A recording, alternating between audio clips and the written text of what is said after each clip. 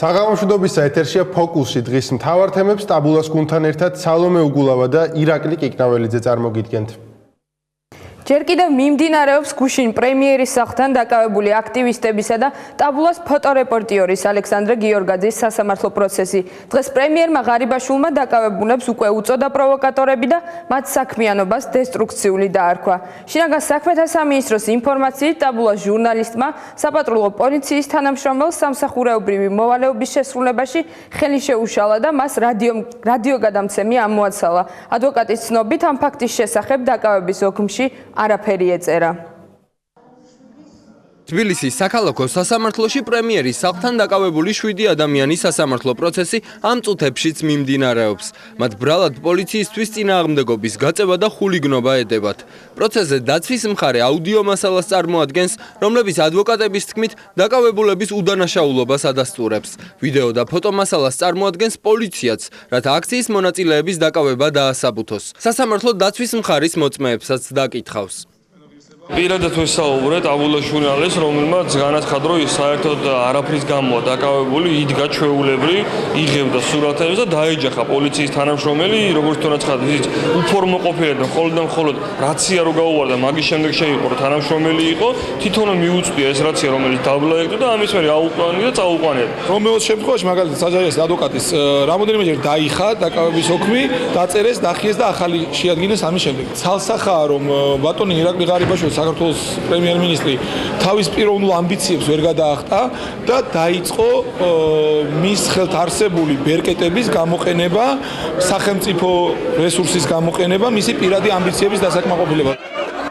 დაკავებულთა შორისაა ტაბულას ფოტორეპორტიორიც. შინაგან საქმეთა სამინისტროს ინფორმაციით ალექსანდრე გიორგაძემ საპატრულო პოლიციის თანამშრომელს სამსახურეობრივი მოვალეობის შესრულებაში ხელი შეშლის მიზნით რადიოგადამცემი ამოაცალა. თუმცა დაკავებულის ადვოკატის ოთო კახიძის ცნობით რადიოგადაცემის ამოცლის თაობაზე დაკავების ოგმში არაფერი წერია. შინაგან საქმეთა სამინისტროს ოფიციალურ განცხადებასა და დაკავების ოგმს შორის შეუსაბამობის თაობაზე შინაგან საქმეთა სამინისტროს ტაბულა ვერ დაუკავშირდა.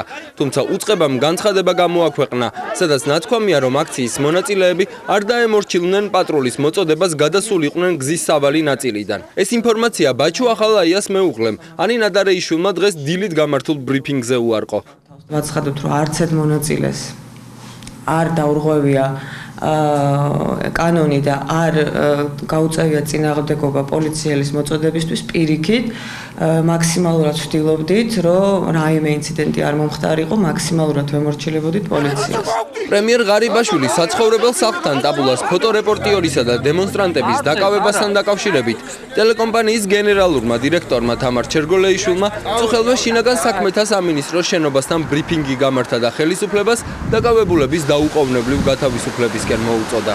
ტაბულა მოუწოდებს შინაგან საქმეთა სამინისტროს და პროკურატურას გამოიძიონ ეს დანაშაული, იმიტომ რომ ჟურნალისტური საქმიანობისთვის ხელის შეშლა არის 154 მუხლით სისხლის სამართლის კოდექსის 154 მუხლით გათვალისწინებული დანაშაული. ტაბულა მოუწოდებს პოლიციას დაკავდეს თავისი საქმიანობით, გახშირებული მკვლელობებისა და დანაშაულების აღკვეთით და თავი დაანებოს პოლიტიკური ოპოზიციის, მედიისა და სამოქალაქო სექტორის დევნას.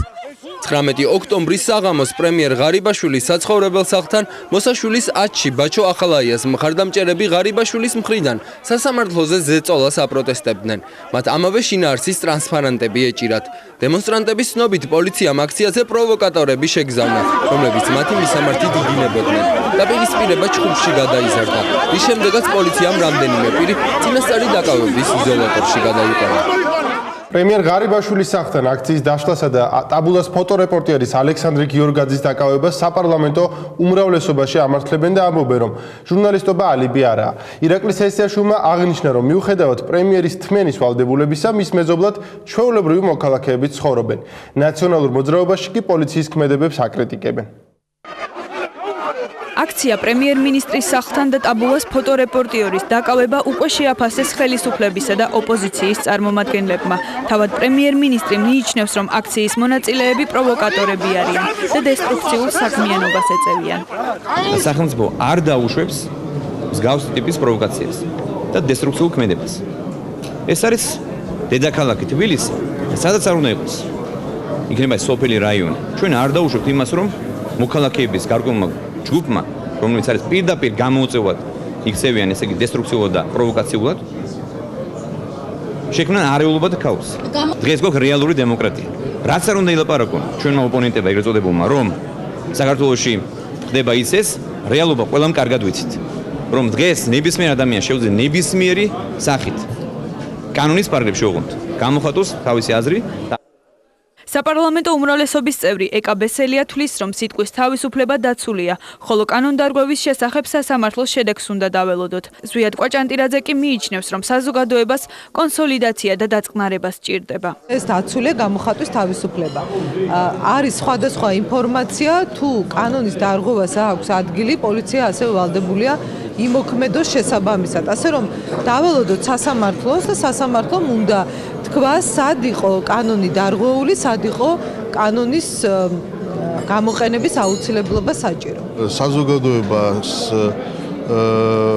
სჭირდება აბსოლუტურად კონსოლიდაცია, დაწყნარება და რა თქმა უნდა, ყველანაირი დაკავების წინააღმდეგი ვიქნებით, თუ არ არის სახეზე სისხლის სამართლის დანაშაული ჩადენილი. მაგრამ მე მაინც ვფიქრობ, რომ საზოგადოების ცალკეული წრეები მიუხედავად იმისა, თუ რა мотиваცია აქვთ მათ, არ უნდა ცდილობდნენ ტემპერატურის აწევას საზოგადოებაში. გუგული მაღრაძე მიიჩნევს, რომ ჟურნალისტობა ალიბი არ არის. მის აზრს იზიარებს ირაკლი სესიაშვილიც. გარდა ამისა, ის აღნიშნავს, რომ მართალია პრემიერი საჯარო პირია და თმენის ვალდებულება აქვს, თუმცა მოსაშვილის ქუჩაზე რიგითი მოქალაქეებიც ცხოვრობენ. თუ ჟურნალისტი მხოლოდ ასრულებდა თავისუფლებებს და არ არღვევდა არანაირ წესებს, მაშინ მის მიმართ უნდა გახორციელდეს ის, რომ ჟურნალი შეეშალა. არ არის ალიbi, რომ მე ჟურნალისტი ვარ. თუ მე რაღაცა დავაშავე, უნდა ვაგო პასუხი. პროფესიის დაკავშირება სამართალ დარღვევასთან და ამით გამართლება იმისა, რომ იცით რა ხან ჟურნალისტია, მას აქვს უფლება, რომ პოლიციაში შეაგინოს, ან ხელი შეუშალოს, ან არ დაემორჩილოს პოლიციას, ეს ასე ნამდვილად არ უნდა იყოს. პრემიერი საჯარო პირია, მას თმენის ვალდებულება აქვს, მაგრამ იქ არიან ჩვეულებრივი რიგითი მოქალაქეები, რომლებიც ცხოვრობენ. და შეიძლება მათთვის არ იყოს სასურველი, რომ ასეთი ასე ვთქვათ, ფონი შეიქმნას მათი საცხოვრებელი სახლის მიდამოებში. დეპუტატები ანი მიროტაძე და თამარ კორძაიაკი მიიჩნევენ, რომ თუ ტაბულას ფოტორეპორტიორი სამსახურებრივ მოვალეობას ასრულებდა, დაკავებული არ უნდა იყოს. ამასვე თვლის არასამთავრობო ორგანიზაცია სამართლიანი არჩევნების აღმასრულებელი დირექტორიც.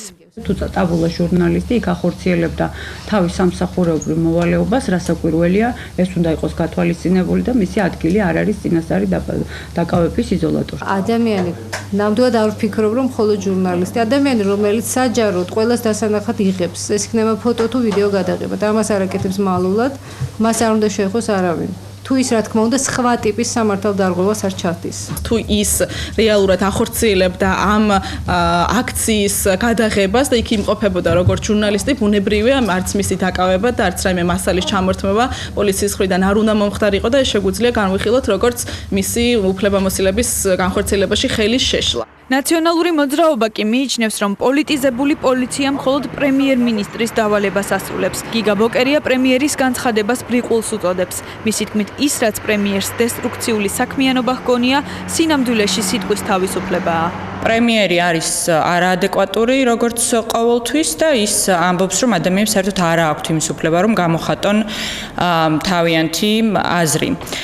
როდესაც ქართული ოცნება გვესაუბრებოდა ხოლმე დეპოლიტიზებულ პოლიციაზე, ეს იყო აბსოლუტური ტყუილი, ისეთივე ტყუილი, როგორც იყო ძალიან ბევრი მათი სხვა დაპირება და ლოზუნგი, იმიტომ რომ ჩვენ ძალიან ნათლად ვხედავთ, რომ დღეს პოლიცია ასრულებს ერთი ადამიანის ხუშტურებს და დღეს მოვისმინეთ აბსოლუტურად აღმაშფოთებელი ბრიყული განცხადება ივანიშვილის რეჟიმის ეგრეთ წოდებული პრემიერ-მინისტრის ღარიბაშვილის, რომ თურმე ისინი არ დაუშვებენ დესტრუქციულ მოქმედებებს ქვეყანაში. ის რასაც ღარიბაშვილი დესტრუქციულ მოქმედებს ეძახის, ეს არის რეალურად სიტყვის თავისუფლება და პოლიტიკური თავისუფლება და მე მინდა გავაფრთხილო ივანიშვილი და მთელი მისი გუნდი ღარიბაშვილის მეთაურობით. თავისუფალი პროტესტის აღკვეთა ამ ზომით და ჩახშობის ცდელობა კი არა აჩერებს ამ პროტესტს, ათმაგებს ამ პროტესტს და ამ მეთოდებით ისინი ამ პროტესტს ვერ გააჩერებენ. და ახლახან დასრულდა სასამართლო პროცესი თბილისის საქალაქო სასამართლოში 6 დაკავებული ხელწერილის საფუძველზე გამოუშვეს, მათ შორისაა ჩვენი ფოტორეპორტიორი ალექსანდრე გიორგაძე და ასევე ადვოკატი რომეო საჯაიაც. და ახლა კი დღის სხვა მთავარი თემა დღეს პრეზიდენტი მარგველაშვილი რელიგიური კონფესიების წარმომადგენლებს შეხვდა და მათთან ქალთა მიმართ ძალადობის პრობლემა განიხილა. გიორგი მარგველაშვილის ინიციატივით ამ თემაზე სამუშაოდ სპეციალური ჯგუფით შეიქმნება. ქალთა მიმართ გახშირებული ძალადობის შესახებ საკუთარი განცხადებების განმარტება მოუწიათ დღეს მართველი გუნდის წარმომადგენლებს. იუსტიციის მინისტრმა თეა წულუკიანმა კიდევ ერთხელ თქვა, რომ წელს საქართველოში კრიმინალში კაცებმა იყოჩაღეს და ქალის კულა დაწინაურდა. პრეზიდენტის ინიციატივით ქალთა მიმართ ძალადობის პრობლემაზე სპეციალური ჯგუფი შეიქმნება. ჯგუფში სასულიერო პირები შევლენ. ამის შესახებ პრეზიდენტმა რელიგიური კონფესიების წარმომადგენლებთან შეხვედრაზე განაცხადა. განხილვას საქართველოს პირველი ლედიც ესწრებოდა. იყო ასეთი იდეაც, რომელსაც მე მხარი დაუჭირე 2015 წელი გამოცხადდეს ქალის წლად, როდესაც ამ ძალიან მძიმე პრობლემას ჩვენ დაუპირისპირდებით ერთობლივად. მაგრამ იყო მყისიერი პასუხიც, რაც გულისხმობს იმას, რომ ერთის მხრივ მე ჩემს რიტორიკაში სადაც შევძრებ ყოველთვის ხაზს გაუსვა ამ პრობლემას. ისინი მე ესეთი განცდა გამიჩნდა, რომ თავის ქადაგებებში ყველა სარწმუნოება გააქტიურებს ამ საკითხს. ფული საკითხი მგონია, ამისი ესე სწრაფად გადაწყვეტა. იმიტომ რომ აქ მკვლელობაზეა ლაპარაკი თან კონკრეტულ ესეთ მძიმე მკვლელობებზე, როგორიც არის ქალის მკვლელობა მეუღლის მხრიდან. ესე იგი, მეუღლე არის ყველაზე ახლობელი ადამიანი, ხო, პრინციპში. ამიტომ აქ რაღაცა ფსიქოლოგიური დატვირთვა აქვს ამას, რომელიც ცალკე განხილვას და მას საჭიროებს რაღაც ჩარევას და რეაგირებას. აბსოლუტურად ნათლად გამოიკვეთა ამ ბოლო დროს მომხდარი ტრაგიკული შემთხვევების სიმწვავე. ჩვენ რა თქმა უნდა ვართ რეჟიმში, რომ ვითანამშრომლოთ სხვადასხვა რელიგიებთან ერთად იმისათვის, რომ რამენაირად ხელი შეუწყოთ საზოგადოებაში ჯანსაღი ცხოვრების წესის ჩამოყალიბებას. ყველა რელიგიური თემი აღიარებს, რომ რელიგიურად ყველა რელიგია აღიარებს თანასწორობას, არაძალადობას. ყველამ ვაღიაროთ ჩვენი შეცდომები და ხელმოწარვა იმასი, რომ სამწუხაროდ ის, რაც შეიძლება იყოს თეოლოგიაში, ყოველდღიურობაში ეს არ გადმოითარგმნება ქალების ცხოვრებაში და ესეც ძალიან მნიშვნელოვანი იყო, რაც გაჟღერდა ამ შეხვედრაზე. ქალთა მიმართ ძალადობის ფაქტების გახშირებაზე კომენტარი გააკეთეს მართველი გუნდის წევრებმა. თეა წულუკიანმა და ეკა ბესელიამ მათ მიერ რამდენიმე დღის წინ გაკეთებული განცხადებებიც განმარტეს. წელს კრიმინალი არ გაზრდილა გარდა კრიმინალის იმ ნაწილისა, რომელსაც ქვია ქალის კულა. ვიღაცას ეს არ მოეწონა, ვიღაცამ ეს ვერ გაიგო, მაგრამ რეალობა არის მწარე და რეალობას ქვია ის, რომ წელს საქართველოში კრიმინალში კაცებმა იყოჩაღეს და ქალის კულა არის დაწინაურებული. ჩვენს კანონს პრინციპში სისხლის სამართლის კოდექს დიდი ხარვეზები ამ მხრივ არ აქვს. ხარვეზები არის ჩვენს მენტალიტეტში და ხარვეზები არის გამოძიებისას. ვფიქრობ, ძალიან მნიშვნელოვანია აქ საზოგადოების ერთიანობა. ზოგადად ჩემთვის წარმოუდგენელია საქართველოში როდესაც ქალბატონები ხდებიან დასაცავები, იმიტომ რომ ჩვენთვის ყოველთვის ქართული მამაკაცებისთვის იცით ქალბატონები თუ რამხელა მნიშვნელობას წარმოადგენენ, ამიტომ ის რაც ბოლო თვეების განმავლობაში ხდებოდა დედაქალაქში, თბილისში, საქართველოში ძალიან მძიმეა. მიზეზების ძებნა არ ნიშნავს გამართლებას. მიზეზების გარეშე არ შეიძლება უმკურნალო პრობლემას და დაავადებას. ეს არის პრობლემა, რომელსაც ჩვენ ძირშივე უნდა ჩავყვეთ, რომ დავინახოთ მისი გადაჭრის ძალიან მოკლე და სწრაფი გზა. და აუცილებელია კიდევ ერთხელ ვამბობ, ხელისუფლების და საზოგადოების კონსოლიდირება. ყველა უნდა დაუპირისპირდეთ ძალადობას. ნაციონალურ მოძრაობაში აცხადებენ, რომ ძალადობის ფაქტების ზრდა ხელისუფლების უმოქმედობისა და უუნარობის დამსახურება. გიგა ბოკერიას თქმით, მართველი გუნდის წევრები პრობლემასთან ბრძოლის ნაცვლად განცხადებებში ძალადობას ამართლებენ.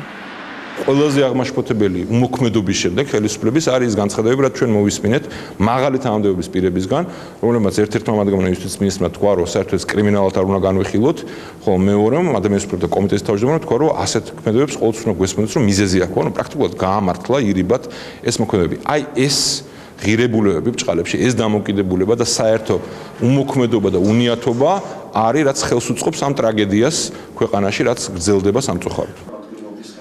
პრობლემის მოგვარებისთვის დამატებითი ღონისძიებების გატარების აუცილებლობაზე საუბრობს სახალხო დამცველი. უჩაინანუაშვილმა დღეს შრომით ურთიერთობებში ქალთა დისკრიმინაციის შესახებ სპეციალური ანგარიშიც წარადგინა. დოკუმენტში ქალთა მიმართ დისკრიმინაციის სხვადასხვა კატეგორიებზეა საუბარი.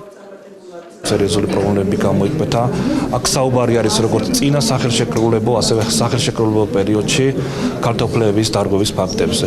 ან დისკრიმინაცია, რომელიც უკავშირდება ორსულობას, მშობიარობას და ბავშვის მოვლასთან დაკავშირებით, შვებულებასთან დაკავშირებით, როდესაც დამსაქმებელი ხშირად თავს იკავებს ამ პერიოდში ქალის კანონით განსაზღვრული უფლებების განხორციელებისათვის და რეალურად დისკრიმინაციის ობიექტი ხდება ქალი ამ შემთხვევაში. 25 ნოემბრიდან არასამთავრობო ორგანიზაციები ქალთა მიმართ ძალადობის წინააღმდეგ კამპანიას იწყებენ. ორგანიზატორების განცხადებით, აქცია საქართველოს ყველა რეგიონს მოიცავს. ვეცდებით რომ მოვახდინოთ ხელისუფლებაზე ზეწოლა, რომ ის ინსტრუმენტები, რაც დღეს არსებობს საქართველოში და ფაქტიურად უმოქმედოა, ოჯახური ძალადობის წინააღმდეგ უფრო მეტად ამოქმედდეს და უფრო მეტად ეფექტური გახდეს.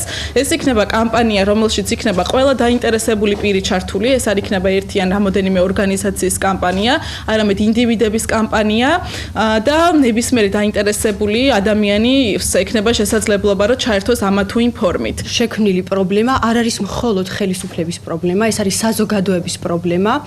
საზოგადოება სამწუხაროდ არ აქტიურობს ოჯახში ძალადობასთან დაკავშირებით. ძალიან ბევრმა ადამიანმა იცის ოჯახში ძალადობის ფაქტების შესახებ, მაგრამ არ თანამშრომლობს იგივე სახელმწიფო სტრუქტურებთან და არის პასიური მსხვერპლთან მიმართებაში. ჩვენ ვთვლით, რომ ესეთი მნიშვნელოვანი და მასშტაბური პრობლემა უნდა გადაწყდეს მხოლოდ ერთობლივი ძალის ხმევით. ქალთა მიმართ ძალადობის ფაქტებს ხვალ იუსტიციის სამინისტროსთან გააპროტესტებენ.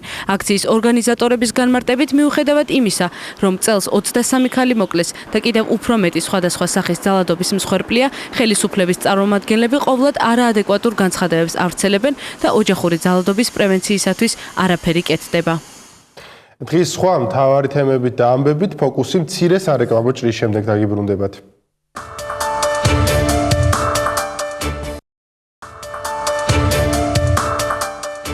დღის მთავარი თემებით ფოკუსი პირდაპირ ეთერში ბრუნდება.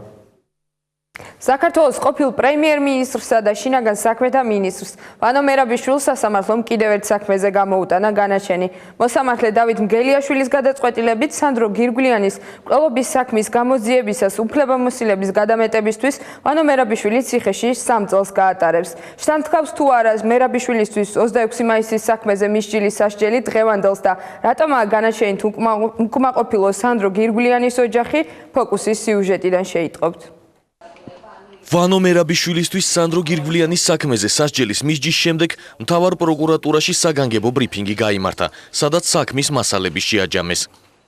სასამართლოს მიერ უკვე დადასტურებულია, რომ ივანე მერაბიშვილმა ორგანიზება გაუკეთა სანდრო გირგვლიანის საქმის მტკიცებულებების გაყალბებას და დაფარა დათა ახალაიას მონაწილეობა ამ დანაშაულში. გამოძიების ფალსიფიკაციის გეგმის ფარგლებში შედგა დათა ახალაიას საიდუმლო წერილი ივანე მერაბიშვილისადმი და თავის მხრივ ივანე მერაბიშვილის საიდუმლო წერილი იმჟამინდელი გენერალური პროკურორი ზურა ბადეიშვილისადმი, რომ თითქოს დათა ახალაიას ძალისხმევის შედეგად გამოაშკარავებულ იქნეს სანდრო გირგვლიანის წინააღმდეგ ჩადენილ დანაშაულში მონაწილე კონსტიტუციური უსაფრთხოების დეპარტამენტის თანამშრომლები გერონტი ალანია, მიხეილ ბიბილურიძე, ავთანდი ლაფციაური და ალექსანდრე ღაჭავა, რომლებიც 2006 წლის 6 მარტს მიეცნენ ბრალდებულად პასუხისგებაში. ხსენებულ პირებს სასჯელის მოხდის საფასურად, ასევე დუმილისა და დანაშაულში უფრო მაღალი თანამდებობის პირების, კერძოდ დათა ახალაიას ორგანიზატორობის არ განთქმის სანაცვლოდ, ივანე მერაბიშვილმა და დავით ახალაიამ შესთავაზეს და გადასცეს ფინანსური საზღაური 100.000 ამერიკული დოლარი. ყოფილ პრემიერსა და შინაგან საქმეთა მინისტრ ვანო მერაბიშვილს სანდრო გირგვლიანის საქმეზე მოსამართლემ 4 წლით თავისუფლების აღკვეთა მიუსაჯა, თუმცა ამნისტიის შესახებ კანონის შესაბამისად სასჯელს 1/4 მოაკლდა და საბოლოო ჯამში 3 წლიანი პატიმრობით განისაზღვრა. ამასთან მერაბიშვილს 2 წლით აიგრძალა თანამდებობაზე ყოფნა. ყოფილ პრემიერს ბრალი სისხლის სამართლის 333 და 351 მუხლებით ჰქონდა წარდგენილი, რაც უფლებამოსილების გადამეტებასა და სამსახურებრივ სიყალბეს გულისხმობს. ვანო მერაბიშვილს 26 მაისის საქმეზე უკვე მისჯილი აქვს 4 წლითა და 6 თვით თავისუფლების აღკვეთა. შთანთქავს თუ არა ერთი განაჩენი მეორეს მოსამართლის გადასაწყვეტია. სანდრო გირგვლიანის საქმეში კიდევ ერთი ბრალდებულის შინაგან საქმეთა სამინისტროს თანამშრომელს გერონტი ალანიას სასჯელის საბოლოო ვადად 4 წელი და 6 თვე 2000 ლარიანი ჯარიმა და 2 წლით და 3 თვით თანამდებობაზე მუშაობის შეზღუდვა განესაზღვრა. ოქროყანის ეპიზოდზე ბრალდებულ ვალერიან მეტრეველს 4 წელი და 6 თვით თავისუფლების აღკვეთა მიესაჯა და 2000 ლარის გადახდა დაეკისრა. სამივე ბრალდებულის უნდა დამდგარი გამამტყუნებელი განაჩენი. რაც შეეხება სასჯელის ზომას და მის სიმკაცრეს, მოგეხსენებათ, რომ მოქმედი კანონმდებლობით სასჯელის ზომას არ ითხოვს მთავარი პროკურატურა, ანუ არ ითხოვს ბრალდების ხარი, ითხოვს მხოლოდ გამამტყუნებელი განაჩენს და აბსოლუტურად სასჯელის ზომას განსაზღვრავს იმ შემავსებელთა დამძიმული გარემოების გათვალისწინებით მოსამართლე. ამდენად მე მოსამართლის გადაწყვეტილებაზე თუ რამდენად კაცრი სასჯელი მიესაჯათ ბრალდებულებს ან რამდენად იმსახურებდნენ ისინი უფრო მსუბუქს ამ კაცსასჯელს მე კომენტარს ვერ გავაკეთებ. იმის თქმა რომ ეხლა მე კმაყოფილი ვიყავთ უაზრობაც არის იმდენად ამდენადაც შვილი მომიკვეთათ მეუღლე მომიკვეთს სწორედ კუთხეში მომიკვეთს მეუღლე ესე გამოდის. ნუ ყოველ შემთხვევაში მამას მე არც ველოდებოდი მე თავიდან ვიცოდი რომ არც მისცემდნენ. თვითონ მოხლი იყო ესეთი ორივე შირო სადაც ხედავ 15-მდე ყოფილი. სანდრო გირგვლიანის მკვლელობის საქმეზე ბრალი კუდის ყოფილ უფროს დათა ახალაიას და შინაგან საქმეთა ყოფილ მაღალჩინოსანს ოლეგ მელნიკოვსაც აქვს წარდგენილი, თუმცა მელნიკოვს აღიარებითი ჩვენების შემდეგ საპროცესო შეთანხმება გაუფორმდა. დათა ახალაიას საქმე კი მისი საბერძნეთიდან ექსტრადირების საკითხის გადაწყვეტამდე ცალკე წარმოებად არის გამოყოფილი. ესპანეთში 28 ქართველი დააკავეს, მათ ბრალად ბინების ძარცვა ედებათ. სამართალდამცველებმა სპეცოპერაცია სახელწოდებით ქართული რამდენიმე რეგიონში, მადრიდში, კატალონიასა და კასტილია-ლა-მანჩოში ერთდროულად ჩაატარეს. ცნობილია, რომ დაკავებულებს რამდენიმე თვის განმავლობაში 200-ზე მეტი დანაშაული ჰქონდათ ჩადენილი. ჩხრეკისას სამართალდამცველებმა სამალავი აღმოაჩინეს, სადაც დამნაშავეები მოპარულ ნივთებს ინახავდნენ. მომხდარს უკვე გამოეხმაურნენ საქართველოში საგარეო საქმეთა მინისტრის პირველი მოადგილე დავით ზალკალიანი ამბობს, რომ საელჩო და გენერალური საკონსულო ინფორმირებულია, ისინი კონტაქტზე იმყოფებიან ადგილობრივი ხელისუფლების სამართალდამცავ სტრუქტურებთან და დამატებით ინფორმაცია მოგვიანებით გახდება ცნობილი. ტაბულას საქართველოს მთავრობის ადმინისტრაციას International New York Times-ში დავით უსუფაშვილის სარეკლამო სტატიის შესახებ ინფორმაციას თხოვს. ტაბულას სურვილია საქართველოს მთავრობამ დაადასტუროს მისთვის International New York Times-ის მიერ უკვე მიწოდებული ინფორმაცია, რომ სტატია სარეკლამო გვერდზე განთავსდა და მასში თანხაა გადახდილი. ამ საქმის დეტალები უკვე ფოკუსის სიუჟეტში შეიტყვეთ.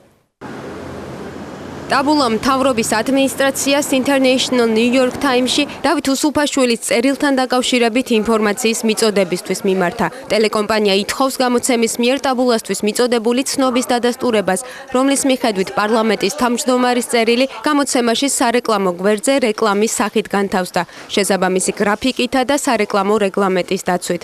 ტაბულას კიდევ ერთი მოთხოვნაა მთავრობის ადმინისტრაციამ მიაწოდოს ინფორმაცია სტატიის დაბეჭდვაში გადახდილი თანხის ოდენობის შესახებ. პარალელურად ტაბულას იურისტმა ცალკე განცხადებით მიმართა მთავრობის ადმინისტრაციას და მოითხოვა სარეკლამო სტატიის გამოქვეყნებისთვის გადახდილი თანხის გასაჯაროვება, თუმცა უარი მიიღო. იურისტის განმარტებით ეს ინფორმაცია დაუყოვნებლივ უნდა გაიცეს. ხონდა დროს ვერ მიიღებს და დაელოდოს პასუხს მიიღებს, როგორც კი ამ წერილს გაიცნობიან და ანუ თქვენ გიჭირდებათ რომ გამოიყენოთ 10 დღიანი ვადა? და ეს ხო არ არის ერთი 10 კაციანი კანტორა, ეს არის ძალიან დიდი სამსახური. იმის გამო რომ agenda G-ს არ გააჩნია დამოუკიდებელი სამართლებრივი ფორმა და იგი წარმოადგენს საქართველოს მთავრობის კანცელარიის სტრუქტურულ ერთეულს, ამის გამო ჩვენ დღეს მიმართეთ საქართველოს მთავრობის ადმინისტრაციას. ჩვენ მიერ მოთხოვნილი ინფორმაცია უფრო კონკრეტულად კი ის თანხა, რა თანხა საქართველოს მთავრობის ადმინისტრაციამ გადაიხადა International New York Times-ში საქართველოს პარლამენტის თავმჯდომარის სარეკლამო სტატიის გამოსაქვეყნებლად, წარმოადგენს საჯარო ინფორმაციას და საქართველოს ზოგადი ადმინისტრაციული კოდექსის მე-40 მუხლით დადგენილი წესის შესაბამისად უნდა გაცემულიყო დაუყოვნებლივ. თუმცა მე ამაზე მეთქვა უარი და განმემართა რომ მთავრობის კანცელარია ისარგებლებდა 10 დღიანი ვადით. შეგახსენებთ, რომ პარლამენტის თავმჯდომარის სტატია სათაურით სააკაშვილს საკუთარი წარსული დევნის და არა პუტინის თანამზრახველი ივანიშვილი International New York Times-ის 16 ოქტომბრის ნომერში განთავსდა. წერილში ნათქვამია, რომ ივანიშვილი არ მოქმედებს პუტინის ინტერესებიდან გამომდინარე და საქართველოში პოლიტიკური ნიშნით დევნა არ მიმდინარეობს. საქართველოს მთავრობის კანცელარიაში უარყოფენ ინფორმაციას იმის შესახებ, რომ პარლამენტის თავმჯდომარის სტატია International New York Times-ის 16 ოქტომბრის გამოცემაში ფასიანი რეკლამის სახით განთავსდა. ტაბულას აჯენდა G-ში უთხრეს, რომ International New York Times-ისგან გამომცემლობას შეტყობინება ჯერჯერობით არ მიუღია. კანცელარიაში ასევე უარყოფენ ფაქტს, რომ აჯენდა G-მ სტატიის გამოქვეყნებაში ფული გადაიხადა და ადასტურებენ, რომ უსუფაშვილის სტატია თავად მიაწოდეს გამომცემლობას. საქართველოს პარლამენტის თავმჯდომარის დავით უსუფაშვილის განცხადებით, New York Times-ში გამოქვეყნებული წერილი აჯენდა G-ს გადასცა. დასაბეჭდად და მისთვის მოულოდნელი იყო, რომ ის New York Times-ში დაიბეჭდა. დღეს საგარეო საქმეთა სამინისტროში რუსეთსა და აფხაზეთის მარიონეტ რეჟიმს შორის ხელშეკრულების პროექტს განიხილავდნენ. დიპლომატიურ კორპუსთან შეხვედრისას საგარეო მინისტრის მოადგილემ დავით ზალკალიანმა და პრემიერის სპეციალურმა წარმომადგენელმა რუსეთთან ურთიერთობის საკითხებში ზურაბ აბაშიძემ ხაზი გაუსვეს იმ საფრთხეებს, რაც ამ დოკუმენტის იმპლემენტაციამ შეიძლება მოუტანოს რეგიონს. ამ დოკუმენტზე საუბრობდნენ ლუქსემბურგში, სადაც საგარეო საქმეთა მინისტრმა მაია ფანჯიკიძემ საქართველოს ხელისუფლების ახალი, ეგრეთ წოდებული აგრესიული საგარეო პოლიტიკის ფარგლებში ევროკავშირის წევრი ქვეყნების საგარეო საქმეთა მინისტრებს ოკუპირებულ ტერიტორიებზე არსებული მდგომარეობის შესახებ მიაწოდა ინფორმაცია. დღეს საგარეო საქმეთა მინისტრის მოადგილე დავით ზალკალიანი და რუსეთთან ურთიერთობების საკითხში პრემიერის სპეციალური წარმომადგენელი ზურაბ აბაშიძე საგარეო საქმეთა სამინისტროში დიპლომატიურ კორპუსს შეხვდნენ. შეხვედრის მთავარი განსახილველი თემა რუსეთის ფედერაციასა და აფხაზეთის მარიონეტ ხელისუფლებას შორის ინტეგრაციისა და მოკავშირეობის ხელშეკრულების პროექტი იყო. ქართულმა მხარემ საერთაშორისო საზოგადოებას დახმარებას თხოვა, რათა არ მოხდეს აღნიშნული დოკუმენტის იმპლემენტაცია. ქართული მხარის თქმით, ხელშეკრულება სახიფათო პუნქტებში შეიცავს, რომლებშიც საუბარია აფხაზეთისა და რუსეთის საერთო ჯარზე, ასევე საერთო თავდაცვისა და შინაგან საქმეთა სამინისტროებზე, რაც სერიოზულ საფრთხეს შეუქმნის საქართველოს ტერიტორიულ მთლიანობასა და სუვერენიტეტს. როგორც ზურაბ აბაშიძემ ჟურნალისტებთან საუბრისას განაცხადა, ქართულ მხარეს აღნიშნული დოკუმენტის შესახებ ინფორმაცია არ გააჩნდა მანამ, სანამ ხელშეკრულების პროექტი არ გასაჯაროვდა. ამ დოკუმენტის გამოქვეყნებას ველოდით, მაინდა-მაინც იმ რიცხვში, როდესაც დაიდო ეს საკითხებზე, არა. არც ამის თაობაზე, არც რუს კოლეგასთან მქონია საუბარი წინა დღეებში. ნამდვილად შემიძლია ეს დაგიდასტუროთ. ამ დოკუმენტის შესახებ ჩვენ შევიტყვეთ მაშინ, როდესაც ეს ჯერ აფხაზურ, ხოლო შემდგომ სხვა საიტებზე დაიდო. ერთადერთი ბერკეტი, რომელიც ჩვენ გაგვაჩნია, არის სწორედ ეს საერთაშორისო თანამეგობრობის კონსოლიდაცია და მივიღეთ რწმუნება მათგან, რომ ისინი შესაბამისად თავიანთ დედაქალაქებს მიაწვდიან ამ ინფორმაციას და ჩვენ ველით, რომ მოხდება ამ ყველაფრის ადეკვატური გამოხატვა. შეხვედრის დასრულების შემდეგ კომენტარები დიპლომატიური კორპუსის წარმომადგენლებმა გააკეთეს. შეხვედრის თემა რუსეთის მიერ აფხაზეთისთვის შეთავაზებული მოკავშირეობისა და ინტეგრაციის ხელშეკრულება იყო. პირველ რიგში ჩვენ ქართული მხარისგან მივიღეთ ინფორმაცია, ასევე პრემიერის სპეციალურმა წარმომადგენელმა რუსეთთან ურთიერთობების საკითხებში ზურაბ აბაშიძემ გაგვაცნო მისი პრაღაში ვიზიტისა და კარასინთან შეხვედრის შედეგები. ყველა ჩვენგანი საკმაოდ შეშფოთებული იყო, რადგან არ ვიცოდით რა იყო რუსეთის რეალური ძრახვები. ქართულმა მხარემ მოუწოდა საერთაშორისო საზოგადოებას, რომ არ გაჩუმდეს აღნიშნულ საკითხზე და შესაბამისი ზეწოლა განახორციელოს რუსეთის ფედერაციაზე. ეს იყო ძალზედ მნიშვნელოვანი შეხვედრა, რომელზეც უცხოელ წარმომადგენლებს საშუალება მოგვეცა შეგვეწყო საქართველოს შეშფოთების შესახებ, რაც აღნიშნულმა შეთანხმებამ გამოიწვია. ქართულმა მხარემ გთხოვა, რომ ინფორმაცია ჩვენი დედაქალაქებისთვის გადაგვეცა და ამას ყველა ჩვენგანი გააკეთებს. როგორც ჟენევის საერთაშორისო მოლაპარაკებებში ჩართული ქვეყანა, აღვიქვამთ თუ რა შეიძლება მოხდეს ჟენევის ფორმატის აღნიშნულ შეთანხმებას. ჩვენი ქვეყანა მტკიცედ უჭერს მხარს საქართველოს ტერიტორიულ მთლიანობასა და სუვერენიტეტს. რუსეთსა და აფხაზეთის დე-ფაქტო ხელისუფლებას შორის ხელშეკრულების პროექტი ლუქსემბურგში საგარეო საქმეთა მინისტრის მაია ფანჯიკიძისა და ევროკავშირის წევრი ქვეყნების საგარეო საქმეთა მინისტრების შეხვედრის მთავარი განსახილველი თემაც იყო. ევროკომისარი შტეფან ფულეს განცხადებით, აღნიშნული ხელშეკრულება არა მხოლოდ საქართველოს წინააღმდეგ არის მიმართული, არამედ ოკუპირებული ტერიტორიის მოსახლეობის წინააღმდეგაც. ევროპის საგარეო საქმეთა მინისტრების განმარტებით, ხელშეკრულება ანექსიის მცდელობაა და ევროპასაც ამ საკითხზე ერთიანი პოზიცია უნდა კონდეს. ხელშეკრულების შესახებ ინფორმაცია ჩვენ საგარეო საქმეთა მინისტრმა მოგვაწოდა. შეხვედრისას შევთანხმდით, რომ პოლიტიკური კონსულტაციების გააქტიურებაა საჭირო. ამგვარი ინიციატივები არა მხოლოდ საქართველოს ტერიტორიულ მთლიანობასა და სუვერენიტეტს ეწინააღმდეგება, არამედ იქ მცხოვრები ხალხის ლეგიტიმურ მისწრაფებებსაც.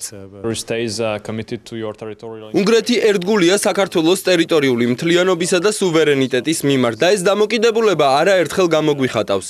მიგვაჩნია, რომ თქვენი ევროატლანტიკური ინტეგრაციის პროცესი უნდა დაჩქარდეს.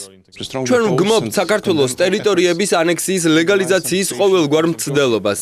ეს არის იმის ლოგიკური გაგრძელება, რასაც რუსეთის სხვა რეგიონებში აკეთებს, მაგალითად ყირიმში. რუსეთთან მიმართებით ევროპა საკუთარ პოზიციებში ერთიანი უნდა იყოს და ასევე მკაფიოდ გამოხატოს, რომ რუსეთის ქმედებები მიუღებელია. ჩვენ კი ყოველთვის არაღიარების პოლიტიკას მივემხრობით. კოლეგებმა გამოთქვეს ასევე შეშფოთება იმის გამო, რომ რუსეთი ეხლა უკვე საქართველოს დასჯას აპირებს ევროპული და ევროატლანტიკური კურსისთვის და ეს არის ახალი სცენარი, რომელიც მან შესთავაზა ბრჭყალებში საქართველოს და ვისაუბრეთ იმის თაობაზე, თუ რა შეიძლება გაკეთდეს. ჩვენ ვიყავით ერთიანი იმ მოსაზრებაში, რომ ძალის გამოყენება რასაკვირველია, აბსოლუტურად არ განიხილება. ვისაუბრეთ იმის თაობაზეც, რომ თუ კი ეს ხელშეკრულება გაფორმდება, იგი აუცილებლად დააზიანებს ჟენევის პროცესს და გარდა ამისა კითხვის ნიშნის ქვეშ დააყენებს საქართველოს მიერ შეთავაზებულ მეორე ფორმატს პირდაპირი დიალოგისა კარასინსა და აბაშიძეს შორის. ლუქსემბურგში ვიზიტის დასრულების შემდეგ ქვეყნის საგარეო საქმეთა მინისტრი ბერლინში გაემგზავრება, სადაც თავის გერმანელ კოლეგას შეხვდება და აქაც შეხვედრის მთავარი თემა რუსეთის ფედერაციასა და აფხაზეთის დე-ფაქტო ხელისუფლებას შორის ხელშეკრულების ინიცირება იქნება.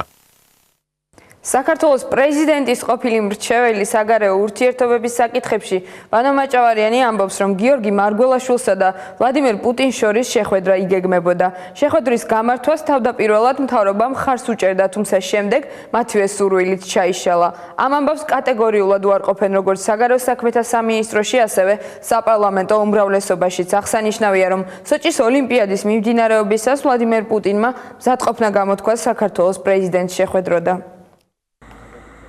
საგარეო ურთიერთობების საკითხებში პრეზიდენტის ყოფილი მრჩეველი ვანო მაჭავარიანი საქართველოს პრეზიდენტის გიორგი მარგველაშვილისა და რუსეთის პრეზიდენტის ვლადიმერ პუტინის შესაძლო შეხვედრის შესახებ საუბრობს. მისივე თქმით, პრეზიდენტიც და პრემიერიც შეხვედრის გამართვას მხარს უჭერდნენ. მაჭავარიანი განმარტავს, რომ საქართველოსა და რუსეთის პირველი პირების შეხვედრა იმის გამო ჩაიშალა, რომ ეს შეხვედრა საქართველოს მთავრობამ არ მოინდომა.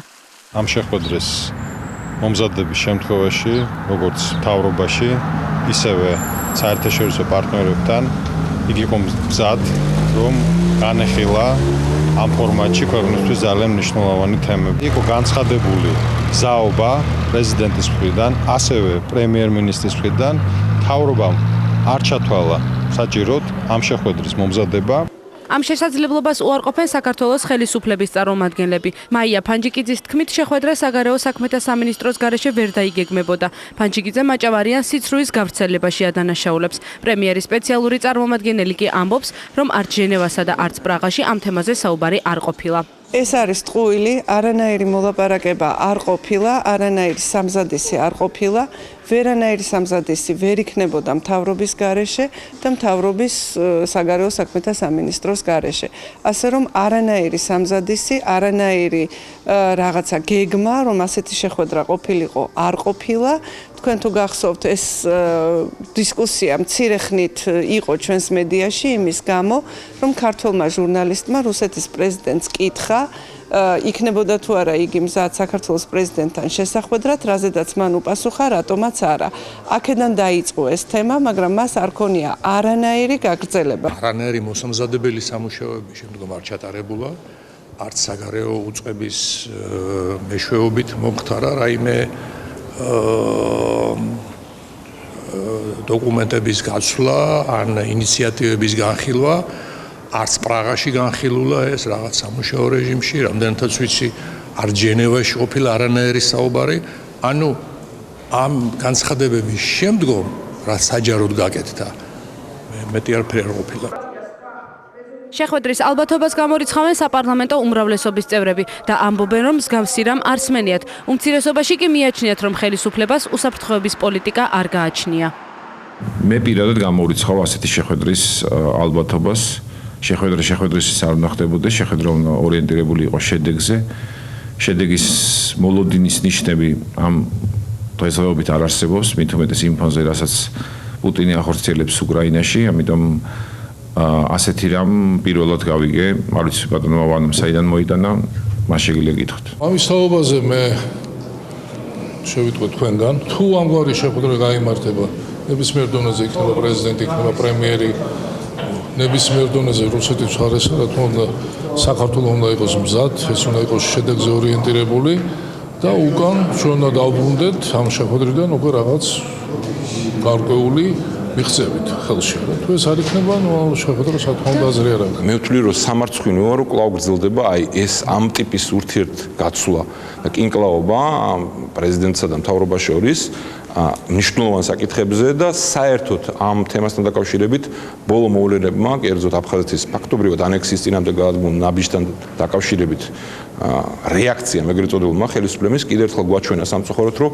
საერთოდ პოლიტიკა არ გააჩნიათ ჩვენ ქვეყნის უსაფრთხოებასთან დაკავშირებულ საკითხებზე, არათუ კოორდინაცია არ აქვს ერთმანეთში და ეს ყველაფერი ძალიან ძიმე ფასად უჯდება ქვეყანას. შეგახსენებთ, რომ ჯერ კიდევ 10 თებერვალს სოჩში ჟურნალისტებმა ვლადიმერ პუტინს კითხეს, შეხვდება თუ არა საქართველოს პრეზიდენტს, თუ მოისურვებს, რატომაც არა. ასეთი იყო პუტინის პასუხი. გიორგი მარგველაშვილმა მაშინ თქვა, რომ რუსი კოლეგის რეპლიკას ზედმიწევნით და სერიოზულად გაანალიზებს. მარგველაშვილის განცხადებითვე ნებისმიერ ასეთ მესიჯს, რომელიც მოდის რუსეთის ფედერაციის პრეზიდენტისაგან, დიდი ყურადღებით ადევნებს თვალს. რელიგიური უმცირესობების წარმომადგენლებს დღეს რელიგიური გაერთიანებების ქონებრივ და ფინანსურ საკითხთა შემსწავლელ სარეკომენდაციო კომისიას შეხვდნენ რელიგიური უმცირესობები. კომისიის წევრებმა რელიგიური გაერთიანებების პრობლემები მოისმინეს, ხელისუფლების სხვადასხვა შტოებისთვის რეკომენდაციებს კი უკვე ხვალ გასცემენ.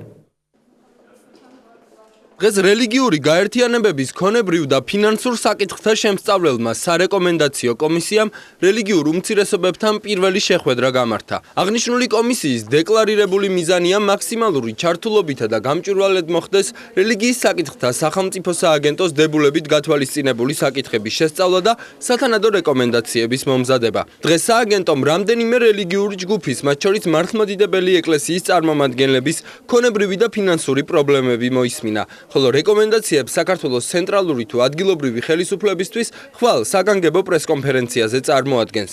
რელიგიის საკითხთა სახელმწიფო სააგენტო პრემიერის ბრძანებით შეიქმნა და მის მოვალეობებში სახელმწიფოსთვის რეკომენდაციის მომზადება შედის. ჩვენთან ჩვენი ბრძანებით შეიქმნა რელიგიური გაერთიანებების ქონებრივი და ფინანსური საკითხთა შემსწავლელი სარეკომენდაციო კომისია, რომელიც იმსჯელებს კონფესიებისთვის შესაბამისი სამშენებლო ნებართვების გაცემა იქნება ფინანსური დახმარების საკითხი იქნება და ასე შემდგომ. საუბარი არის მიწის გამოყოფაზე, საუბარი არის სამშენებლო ნებართვების გაცემაზე, ეკლესიების აშენებაზე, მეჩეთების გადაცემის საკითხი და ასე შემდგომ ასე შემდეგ. და ამ საკითხთან დაკავშირებით სააგენტო ხვალ დეტალურად წარმოადგენს ინფორმაციას, ჩაატარებს პრესკონფერენციას და 11-ვე საქმეზე იქნება გადაწყვეტილება საჯარო. განცხადება გქონდა სააგენტოში შეტანილი, რომ საქართველოში არსებული 58 მეჩეთი, რომელსაც არ გააჩნია არანაირი დოკუმენტი, არ არის რეგისტრირებული არც ფიზიკურ, არც იურიდიულ პირებზე, ამათ გადმოცემაზე გქონდა საუბარი, რომ გადმოცემული იყო სამუფთო სამმართველოს ბალანსზე. დღეს შეგვატყობინეს, რომ კახეთის რეგიონში არსებული 21 მეჩეთიდან პასუხი უკვე თითქმის გვაქვს. შესაბამის კონსულტაციებს გავივლით ეკონომიკის სამინისტროსთან და შემდეგისთვის უკვე გვეცოდინება რა სახით გადმოეცემა თბილისის ჯუმა მეჩეთს ეს მეჩეთი კახეთის რეგიონში. დღეს თითქმის გადაწყდა 21 მეჩეთის, ანუ სალოცავის სახლის ბედი, რომელიც არსებობს კახეთის რეგიონში. ვაწარმოებთ მოლაპარაკებებს სხვა დანარჩენ მეჩეთებზე, რომლებიც არის ქვემო ქართლის რეგიონში. მადლობას ვუხდით სახელმწიფოს, რომ თითქმის გადმოგვეცა ეს 21 მეჩეთი და ვაწარმოებთ მოლაპარაკებებს სხვა მეჩეთების თაობაზეც, რომლებიც არის ეკონომიკის სამინისტროს ბალანსზე. დღეს პრემიერმა ღარიბაშვილმა ეკონომიკის სამინისტროს მიერ შემუშავებული მცირე და მიკრო ბიზნესების სახალისების პროგრამა ფართო აუდიტორიას წარუდგინა. არსებული პროგრამის ფარგლებში რეგიონებში მცხოვრებ მოსახლეობას წვდომა ექნება 5000 ლარამდე თანხაზე, რომლის გამოყენებასაც მიკრო ბიზნესის დასაწყებად შეძლებენ. პროგრამაში თანამონაწილეობის პროცენტული წილი მინიმუმ 20% იქნება. პროგრამა 26 თვე გაგრძელდება და აქედან პირველი 4 თვე ტრენინგებს დაეთმობა. ეკონომიკის სამინისტრომ პროგრამა აღმოსავლეთ ევროპული ქვეყნების ქვეყნების და ნავთობ კომპანია BP-ის მიერ წამოწყებული პროგრამის გამოცდილებაზე დაყრდნობით შექმნა, რომლის მეშვეობითაც იმ სოფლებში, სადაც BP-ის მილსადენები გადის, კომპანია ადგილობრივ ფერმერებს მიკრობიზნესის დასაწყებად 1700 ლარიდან 2200 ლარამდე თანხას აძლევს გრანტის სახით. პროგრამის ფარგლებში შექმნილი საწარმოების მონიტორინგს მეწარმეობის განვითარების სააგენტო აწარმოებს. როცა მოვედი ხელისუფლებაში 2 წლის წინ, დაგვდა აბსოლუტურად გაპარტახებული, გაღატაკებული სოფელი დაცლილი მოსახლეობისგან. ჩვენ დაგვდა დანგრეული სოფლის მეურნეობა, წარმოების არარსებობა რეგიონებში, ქვეყანაში ზოგადად და მხოლოდ ქვეყანა იყო ორიენტირებული იმპორტზე. დაახლოებით 20 მილიონი ლარი გამოიყო პირველ ეტაპზე. დაახლოებით 5000 ადამიანზე არის გათვლილი 4-დან 5 კაცამდე. ჩვენ გადავცემთ საჩუქრად თითოეულ ოჯახს, თითოეულ ადამიანს, რომელსაც ჩვენ დავატრენინგებთ, ვასწავლით ცოდნას მივცემთ. ვასწავლით როგორ უნდა აკეთოს მცირე ბიზნესი, როგორ უნდა გააკეთონ კოოპერატივები. მათ გადავცემთ თითოეულს დაახლოებით 500 ლარს. განსაკუთრებულ ყურადღებას ვანიჭებ ესე იგი რეგიონების განვითარებას. უახლოეს დღეებში ჩვენ უახლოეს ერთ-ორ კვირაში ჩვენ შევქმნით სახელმწიფო კომისიას რეგიონების განვითარების. ეს იქნება ახალი მიდგომა და ჩვენს ხედვებს რეგიონების განვითარების თაობაზე წარუდგენთ საზოგადოებას. ურბანიზაცია არის ეს ტრენდი, ტენდენცია, რომლის ლოგიკაც ძალიან ძლიერია, თუმცა ერთდროულად ეს ყველაფერი ვერ მოხერხდება.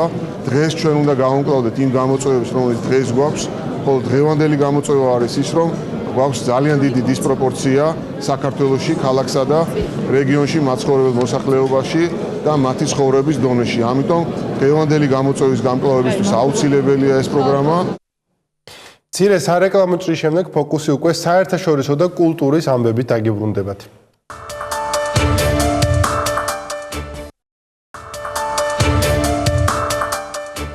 ფოკუსი პირდაპირ ეთერში უკვე საერთაშორისო და კულტურის ამბებით ბრუნდება. თურქეთი დაეხმარება ქურთ მებრძოლებს ერაყიდან თურქეთის მოსაზღვრე სირიის რეგიონში გადაადგილებაში. ამის შესახებ ქვეყნის საგარეო საქმეთა მინისტრმა მევლութ ჩავუშოღლუმ განაცხადა. თურქეთთან მოსაზღვრე სირიის ქალაქ კობანეში ისლამისტების წინააღმდეგ მებრძოლ ქურთებს ამერიკულმა სამხედრო ავიაციამ ჰაერიდან იარაღი და აღჭურვილობა მიაწოდა. ამერიკის ცენტრალური სარდლობის ცნობით ოპერაციაში C-130 ტიპის სამხედრო სატრანსპორტო თვითმფრინავებმა მიიღეს მონაწილეობა. ვაშინგტონი ქურთი მებრძოლების სახმელეთო გზით დახმარების საკითხსაც განიხილავს, თუმცა თურქეთის პოზიცია ამ საკითხზე ჯერჯერობით უცნობია. ბოლო დღეებში ამერიკულმა ავიაციამ ისლამური სახელმწიფოს მებრძოლების წინააღმდეგ კობანეს მიდამოებში 135 დარტყმა განახორციელა, რის შედეგადაც ტერორისტთა წინსვლა შენელდა და ასეულობით ისლამისტი დაიღუპა. სერგეი ლავროვმა შეერთებული შტატები მსოფლიო წესრიგის დარღვევაში დაადანაშაულა.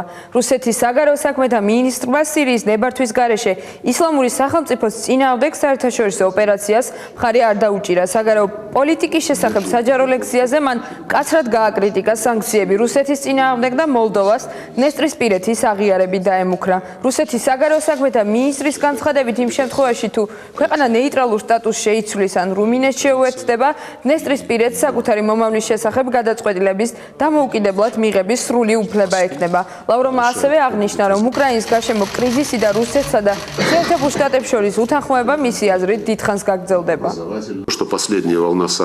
ის რომ სანქციების ბოლო ტალღა დამტკიცდა უკვე სამშვიდობო შეთანხმების ხელმოწერის შემდეგ, მოწმობს, რომ სიტუაციას უკრაინის გარშემო ვაშინგტონი იყენებს საკუთარი ლიდერობის თავზე მოსახვევად მთელ ევროატლანტიკურ რეგიონში. მათთვის მნიშვნელოვანი არა კონფლიქტის დარეგულირება, არამედ უკრაინის გამოყენება გამაღიზიანებლად ევროპასა და რუსეთს შორის ურთიერთობაში, რათა შეეცადონ რუსეთი თავის ადგილზე დასვან.